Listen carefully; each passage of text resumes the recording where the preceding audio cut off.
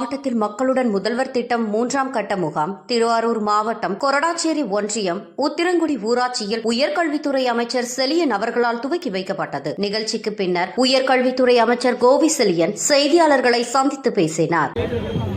கோரிக்கை மனுக்களை தருவதற்கு வருகை தந்திருக்கிற அன்பு பெரியோர்களே, அரங்கத்தில் குழுமி இருக்கிற சான்றோர்களே, உங்கள் அனைவருக்கும் என்னுடைய அமைச்சர்களும் மரியாதைக்குரிய மாவட்ட ஆட்சியர்களும் மரியாதைக்குரிய சட்டமன்ற உறுப்பினர்களும் மரியாதைக்குரிய சார்பு தலைவர்களும் அமைச்சர்கள். அடுத்ததாக வருமான ஜீவானந்தம்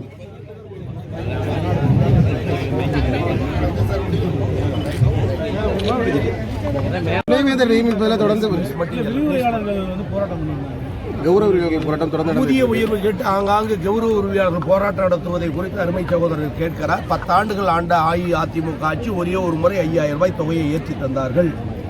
2400க்கும் மேற்பட்ட கௌரவ உரிமையாளர்கள் நியமித்து ஏழைகள் இடத்துல மாணவர்கள் கல்வி பயில வேண்டும் என்று கெஸ்ட் லெக்சரர் என்பதை தமிழ்நாடு முதலமைச்சர் கொண்டு வந்தார். மீண்டும் சொல்வது 10 ஆண்டுகள் ஆண்டவர்கள் 5000 ரூபாய் தான் உயர்த்தினார்கள்.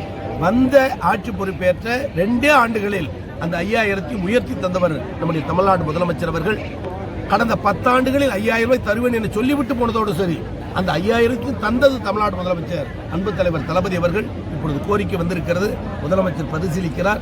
என்றைக்கும் போராடுகிற மக்களுடைய போராட்டத்தை ஒரு முடிவுக்கு கொண்டு வர வேண்டும் என்று எண்ணுகிற முதலமைச்சர் நல்ல முடிவு கிடைக்கும். கோரிக்கைகள் நிறைவேற நானும் முதலமைச்சர் எடுத்துச் சொல்லி பெற்றுத் தருவதற்கு அயராது பாடுபடும். துணைவேந்தர் நியமனத்தில் தொடர்ச்சியாக ஆளுநருக்கு உங்களுக்கு முரண் இருக்கு. அரசுக்கு வழக்கு நிலுவையில் இருக்கிறது. தீர்ப்பு ஜட்ஜ்மெண்ட் ரிசர்வ் என்று சொல்லியிருக்கிறார் உச்சநீதிமன்றத்தில். காத்திருப்போம். நல்ல மொழி கிடைக்கும், மொழி விலக்கு கிடைக்கும். அதை செயல்படுத்தி தரக்கூடிய முதலமைச்சர் நம்முடைய முதலமைச்சர். நன்றி, வணக்கம்.